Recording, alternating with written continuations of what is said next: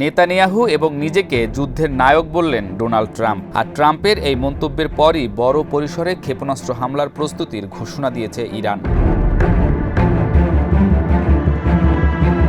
উত্তর ভারত মহাসাগর এবং ওমান সাগরে 2 দিনব্যাপী সাস্টেনেবল পাওয়ার 1404 ক্ষেপণাস্ত্র মহড়ার অপারেশনাল পর্ব শুরু করবে ইরান। বৃহস্পতিবার এই মহড়া অনুষ্ঠিত হবে বলে জানা গেছে। দেশটির নৌবাহিনীর এক কর্মকর্তা এ তথ্য নিশ্চিত করেছেন বলে সংবাদ প্রকাশ করেছে ইরানের আধা সরকারি বার্তা সংস্থা মেহের।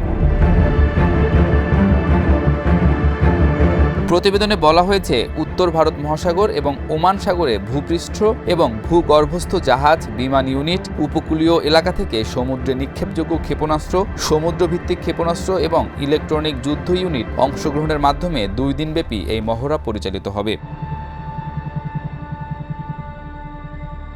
ইরানের নৌবাহিনীর মুখপাত্র রিয়ার অ্যাডমিরাল আব্বাস হাসানি বলেছেন, দেশীয় দক্ষতার উপর নির্ভর করে শুরু হতে যাওয়া এই মহড়ার লক্ষ্য যুদ্ধ প্রস্তুতি ও জনসাধারণের আস্থা বৃদ্ধি করা, কর্মক্ষম পরিকল্পনা ও কমান্ড নিয়ন্ত্রণ ক্ষমতা উন্নত করা এবং প্রতিরোধ ক্ষমতা জোরদার করা। অস্ত্রশস্ত্র সম্পর্কে তিনি ব্যাখ্যা করেছেন, ভূপৃষ্ঠের জাহাজগুলোকে লক্ষ্যবস্তু এবং ধ্বংস করার জন্য স্বল্প, মাঝারি এবং দীর্ঘপাল্লার বিস্তৃত পরিসরের নির্ভুল ক্রুজ ক্ষেপণাস্ত্র ব্যবহার করা হবে এই মহড়ায়। এতে ড্রোন অভিযানও অন্তর্ভুক্ত থাকবে বলে জানা গেছে। এদিকে ফিলিস্তিনের অবরুদ্ধ গাজা ভূখণ্ডে প্রায় 2 বছর ধরে আগ্রাসন চালাচ্ছে ইসরায়েল। বর্বর এই আগ্রাসনে নিহত হয়েছে 62,000-এরও বেশি ফিলিস্তিনি। ইসরায়েলি প্রধানমন্ত্রী নেতানিয়াহুর বিরুদ্ধে উঠেছে গণহত্যার অভিযোগও। তা সত্ত্বেও নেতানিয়াহুকে যুদ্ধের নায়ক বলে আখ্যায়িত করেছেন যুক্তরাষ্ট্রের প্রেসিডেন্ট ডোনাল্ড ট্রাম্প। বুধবার এক প্রতিবেদনে এই তথ্য জানিয়েছে সংবাদ মাধ্যম টিআরটি ওয়ার্ল্ড।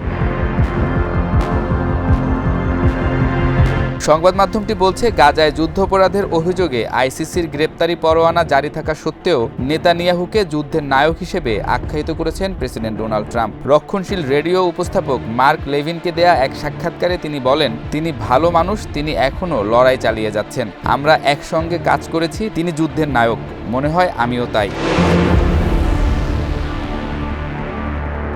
যদিও গাজায় যুদ্ধাপরাধের অভিযোগে আন্তর্জাতিক অপরাধ আদালতের গ্রেপ্তারি পরোয়ানা জারি রয়েছে ইসরায়েলি এই প্রধানমন্ত্রীর উপর, নেতানিয়াহুর বিরুদ্ধে জবাবদিহির প্রচেষ্টা নিয়েও মন্তব্য করেন ট্রাম্প। তিনি বলেন, তারা তাকে জেলে ঢোকানোর চেষ্টা করেছে, তবে তিনি আইসিসির গ্রেপ্তারি পরোয়ানার কথা বলেছেন নাকি ইসরায়েলে চলমান দুর্নীতির মামলার কথা বোঝাতে চেয়েছেন তা পরিষ্কার নয়।